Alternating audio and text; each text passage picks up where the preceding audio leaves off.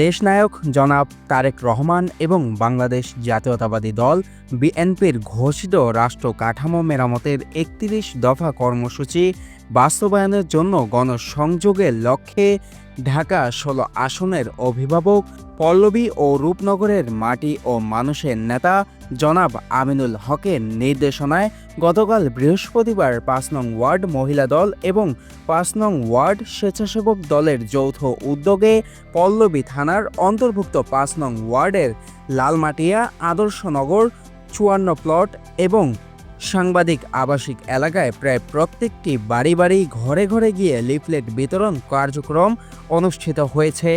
গতকালকে লিফলেট বিতরণ কর্মসূচিতে যারা অংশগ্রহণ করেছেন এবং কর্মসূচি সফল করেছেন তাদের সকলকে ব্যক্তিগত পক্ষ থেকে এবং ৫ নং ওয়ার্ডের জনগণের পক্ষ থেকে ধন্যবাদ এবং কৃতজ্ঞতা জানিয়েছে ঢাকা মহানগর উত্তর স্বেচ্ছাসেবক দলের সাবেক সভাপতি ও ৫ নং ওয়ার্ডের সাবেক বিএনপি মনোনীত কাউন্সিলর প্রার্থী মোহাম্মদ আনোয়ার হোসেন।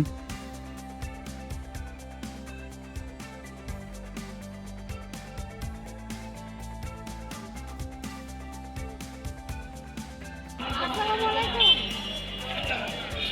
আমাদের আমিনুল ভাই সালাম দিচ্ছে। সে খুব ভালো মানুষ। খুব তো সামনে। তারপরও তারা আসসালামু আলাইকুম।